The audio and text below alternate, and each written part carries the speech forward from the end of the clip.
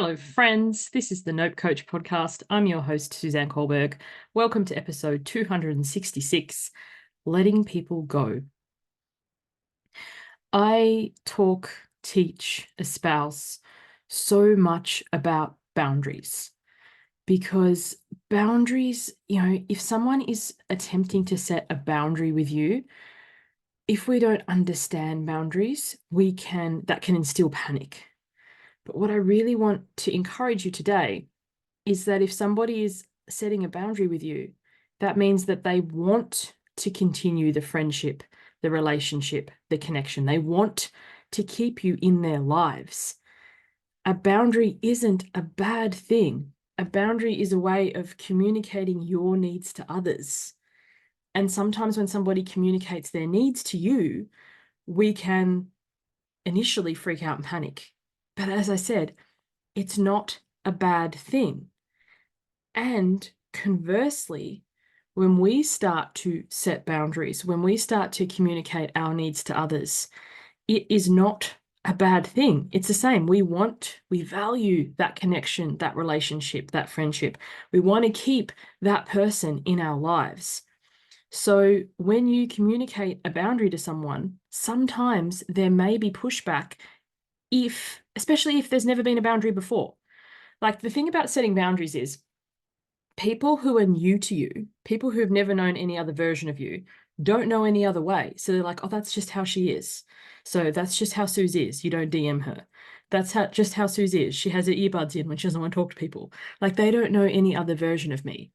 But people who have been in my circle for a long time, when I stopped communicating, especially to clients via DM, I had to communicate that boundary to them. I had to reiterate that to them. And sometimes I need to remind people, thank you so much for this. You'll need to send me an email, please. Or thank you so much. I don't communicate, outside of, and let people know. Remind people. More often than not, people are like, oh, yeah, sorry, I forgot, because, something's come up or they're in their own heads. So, communicating your boundaries isn't demanding or pushy or over the top. It's just letting people know what your needs are. So my encouragement for you today is to never let go of your boundaries. You may choose to loosen them or tighten them or alter them, but never let them go. You may need to consider letting go of people who continually question them, who continually butt up against them, who continually, I call it like boundary checkers. If you've seen the original Jurassic Park, where they have that raptor cage, and then when the power goes down at the park, they're like, don't worry, the raptor cage is still reinforced. And then they say the raptors continuously go and check. Like, go and check. Is this still here? Is this still here? And then they get to the raptor cage and they realize the raptors are loose and they're like, so, sometimes people will continuously check and check and check your boundaries. And you may need to let go of relationships, friendships. It's not easy. It's not fun. It's not desirable, but this happens way less often than we think. And sometimes when we do this, we let people go, they come back later on and they're much more respectful and understanding and often even apologetic. Like, I'm just, I can't count the number of times where a friendship, a working relationship has had to end. And then a couple of months later or a year later, the person's come back and we've started again, a new friendship, a new working collaboration. And it's been a whole different energy because they didn't realize and I didn't realize, and we both grew separately, which allowed us to come back together again. It's never really comfortable in the beginning setting boundaries. Over time, it becomes comfortable and you just don't think about it. So I'm trying to think, when I first learned to drive a car, I remember, sitting in the driver's seat, putting my seatbelt on, checking the mirrors, checking how far the seat was from the back, checking the mirrors, turning the car on. Is my foot on the clutch? Let my foot off the clutch, hold the handbrake. Like, there was so many things. So setting boundaries in the beginning can be like learning to drive a car. It's like, did I tell this person? How did I communicate it? Was I too abrupt? Was I too rude? Was I this? Was I that? Like, And many of us, we don't persevere. Like, it's just too hard. And we go back to our people pleaser doormat kind of ways. But as you persevere, like, how many of you drive now? You hop in the car, got one hand on the steering wheel, singing along. Maybe this is just me singing along. Then I pull up at the supermarket and I'm like, how did I get here? Like, obviously it was safe. I paid attention. I followed the road rules, but I've done it that many times. It's a quick jump in, seatbelt check. Everyone's got their seatbelts on, music on, let's go. Your boundary setting can be like this too. In the beginning, when you've never had any before, cue freak out. How are people going to respond? Am I too harsh? Am I too abrupt? Am I asking too much? All this stuff. It's like check, check, check, check, check, check. But then over time, especially as your boundaries are upheld and responded with so much respect, like people who love you, they love your boundaries because it communicates to them how best to communicate and act and be around you. If people don't know, then they don't know. It's like when you go to someone's house. When we go to someone's house, we're usually utmost respectful. We have a look. Do they have the shoes outside? Oh, they want shoes off. Or, do they put coasters down before they put their cups down? What's the system? Like, we get a read for it. We don't just barge into someone's house, assume they live their life the way that we do, and then get demanding and say, well, I should be able to wear my shoes here, and I should be able to put my cup down without a coaster. So it's the same when we interact with people. I hesitate to use the word energetically, but what is and isn't acceptable to them? Can I just ring them at any time? What time do they go to bed? Like, you're not going to ring someone at 2 a.m. If you rang them at 2 a.m., for most people, they would be expecting that would be an emergency. Like, there are systemic societal times of accepted and unaccepted, but unless we really have this conversation, we don't know. Like, shout out to Birdie, who helps me with my website. Absolutely fabulous. Highly recommend. She's been on the show a couple of times. Systems goddess. I messaged her the other day and I was like, I wonder what time it is in Germany. It's probably like the middle of the night. I didn't expect to hear back from her, and I did immediately. I had some issue behind the scenes. And I was like, what time is it for you? And she was like, it's 2 a.m., but I'm up reading. And we had a bit of a back and forth chat. I didn't expect that. That was an added bonus. But the way we have our business relationship set up is I know I can message her at any time, and then she'll get back to me in business hours, or sometimes at 2 a.m. if she's, having a night owl moment. But, you have that kind of relationship.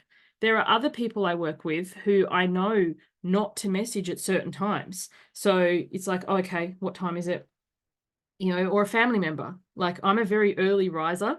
Not everybody in my family is. So sometimes I'm awake at 5 a.m. It's like, oh, can't ring them. So, but the thing is, we know this because we've had this chat and we've had this in place and we've set this up. And sometimes your expectations and your ways of being shift and change as you do. So to be able to communicate that to people and go, look, I know we used to do this. I know we used to go out on Friday night and get blind raging drunk, but, I'm not drinking anymore. Or I know we used to insert thing here. And sometimes that can cause some friction. I'm not lying. But navigating that becomes so much easier over time, and letting go of people who are no longer a fit. Like, I think one of the downsides of the social media world, like, you friend somebody on Facebook or whatever, and they're like in your life forever. Whereas before we had that, like people you went to school with or people who worked with in your first job, once you moved on, once you grew up or moved away or whatever, you wouldn't have had any connection with them. But now with the social media world, our boundaries can become a lot more loose and a lot more messy. Last thing you want is some DM from someone you haven't seen since primary school trying to sell you some MLM shit. Maybe that's just me. So, suffice to say, summarizing this episode, being okay with letting people go, trusting that the right people who are not people inherently, because everybody inherently is worthy and right as a person, but the right person for you, like the people who are a fit and a match for you, will come back. It's a matter of never letting go of your boundaries, but being able to let go of the people who continuously question them or check them, like the velociraptor in Jurassic Park. And when you do that, then there's space for more aligned people to come into your world. Like, I don't know about you, but I only have so many spoons for responding to messages or having coffee chats or meetups or whatever. So if your life is full of people who you have to manage yourself around because you're worried you might inadvertently trigger them and you walk on eggshells and whatever, if you do set some boundaries and you let those people go, you may feel lonely or isolated for a period of time, but you have space to be open to foster connections, to build relationships with people who love and respect and admire and honor your boundaries. So it's kind of like you're only alone for a short period of time. Clap back to the episode I did on the empty elevator. I won't go into the full thing again because, we're at time and you can go and listen to that episode.